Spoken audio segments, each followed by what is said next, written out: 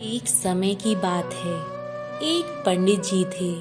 वे रोज घर जा जाकर भागवत गीता का पाठ करते थे।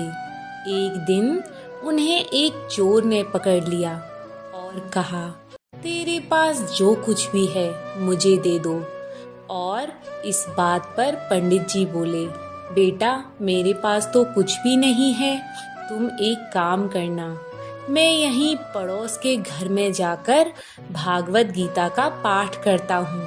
वो याजमान बहुत दानी लोग हैं। जब मैं कथा सुनाकर वहाँ से आऊँगा तो उनके घर में जाकर चोरी कर लेना। चोर मान गया।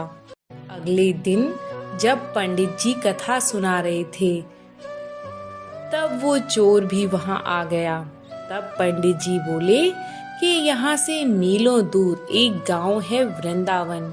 वहां पर एक लड़का आता है जिसका नाम है कान्हा। वह हीरे जवाहरातों से लदा रहता है। अगर कोई लूटना चाहता है तो उसको लूटो। वो रोज रात को उस पीपल के पेड़ के नीचे आता है और जिसके पास बहुत सी झाड़ियां हैं। चोर ने ये सुना और खुशी खुशी वहां से चला गया।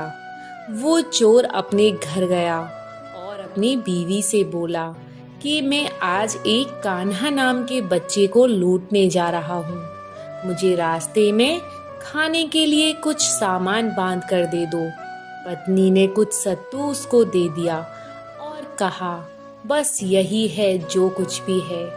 चोर वहां से ये संकल्प लेकर गया कि अब मैं उस कान्हा को लूट के ही आऊंगा। वो पैदल पैदल टूटे चप्पल वहां से चल पड़ा।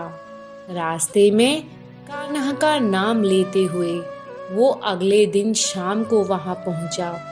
जो जगह उसे पंडित जी ने बताई थी, अब वह वहां पहुंच चुका था। उसने सोचा कि अगर यहीं सामने खड़ा हो गया तो बच्चा मुझे देखकर भाग जाएगा, तो मेरा यहाँ आना बेकार हो जाएगा। इसलिए उसने सोचा, क्यों ना पास वाली झाड़ियों में ही छुप जाऊं। वो जैसे ही झाड़ियों में घुसा, झाड़ियों के कांटे उसे चुभने लगे। उस समय उसके मुंह से एक आवाज आई, कान्हा कान्हा। उसके शरीर लहूलुहान हो गया, पर मुंह से सिर्फ यही निकला, कान्हा आ जाओ, कान्हा आ जाओ। अपने भक्त की ऐसी दशा देखकर कान्हा जी चल पड़े।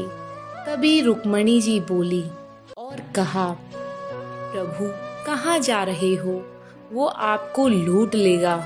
प्रभु बोले कि कोई बात नहीं, अपने ऐसे भक्तों के लिए मैं लुट जाना तो क्या मिट जाना भी पसंद करूंगा।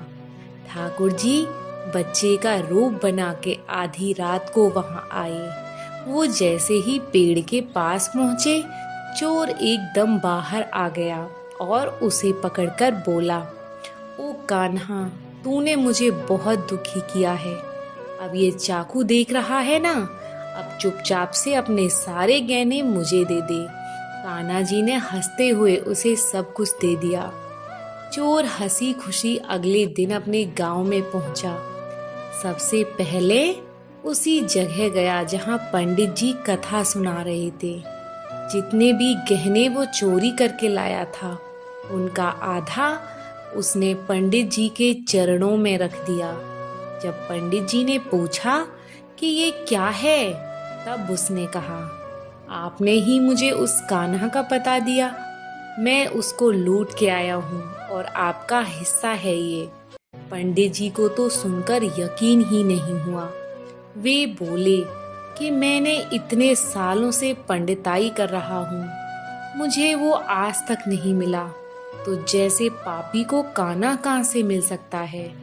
चोर के बार बार कहने पर पंडित जी बोले कि चल मैं चलता हूँ तेरे साथ। मुझे आज तू अपने साथ वहां पर ले जा। मुझे भी दिखा कि कैसे कान्हा कैसे दिखते हैं, कैसे वे आते हैं। वे दोनों चल दिए।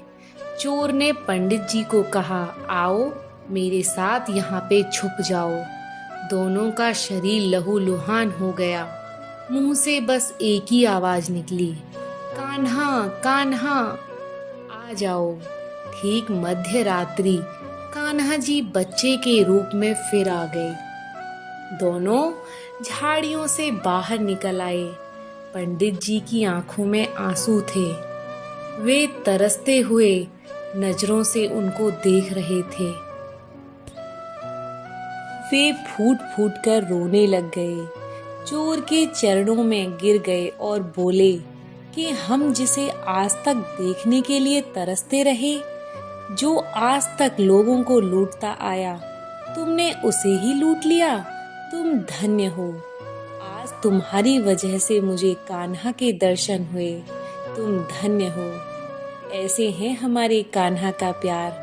अपने भक्तों के लिए सच्चे दिल से जो भक्त उन्हें याद करते हैं, उनके लिए जो उन्हें सच्चे दिल से पुकारते हैं,